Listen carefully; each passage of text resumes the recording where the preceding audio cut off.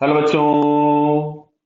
यहां लिखा है two horizontal disc of different radius are free to rotate about their central vertical axis. One is given free to rotate है, rotate नहीं कर रही थी, ठीक है। One is given some angular velocity, the other is stationary, their rims are now brought in contact, ठीक है। There is a frictional force between the rim then, clear है। अब इसमें लिखा है the frictional force between them will disappear when angular velocities are same, angular speed. Radius same दी है क्या? अगर रेडियस सेम दी है तो नहीं, देखो इन्होंने लिखा है डिफरेंट रेडियस।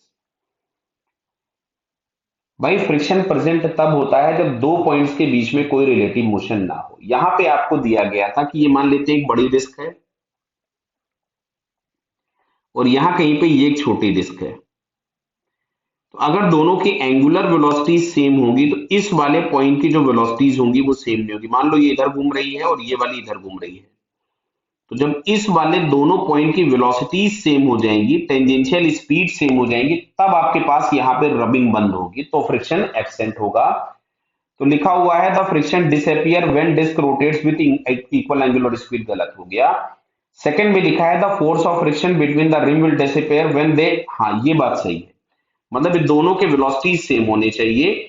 ये वाला पहला किसी ओमेगा वन से घूम रहा होगा तो ये वाला किसी ओमेगा टू से घूम रहा होगा, तो आर वन ओमेगा वन बराबर आर टू ओमेगा टू होना चाहिए। तो एंगुलर स्पीड अलग अलग होंगी, दोनों की टेंजेंशियल स्पीड सेम होनी चाहिए। तो सेकंड वाला ऑप्शन करेक्ट हो गया।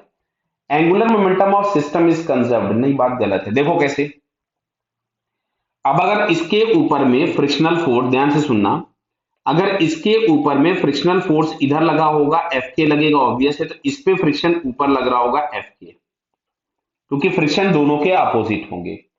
तो अब अगर हम इस अकेली डिस्क की बात करें तो इसको अगर यहां होल्ड करके रखना है तो फ्रिक्शन अगर इस पे नीचे लगा है तो हमको यहां पे एक एफ एक्सटर्नल लगाना पड़ेगा।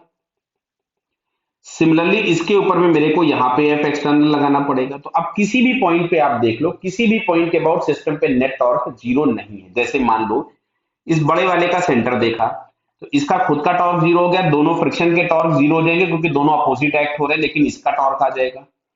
अगर हम कॉमन कांटेक्ट पॉइंट के अबाउट देख लेंगे तो दोनों एफ के टॉर्क जीरो हो जाएंगे, लेकिन दोनों एफ एक्सटर्नल के टॉर्क ऐड हो जाएंगे।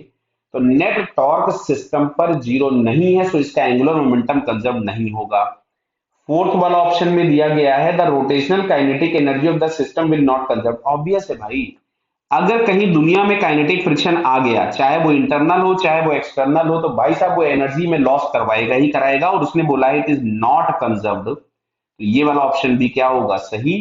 तो बेटा करेक्ट ऑप्शन के नाम पे अगर हम लोग चेक करें तो हम लोगों को यहाँ पे सेकंड और फोर्थ ऑप्शन करेक्ट दिखते हैं। Clear? So second and fourth are the correct. Okay, all the best.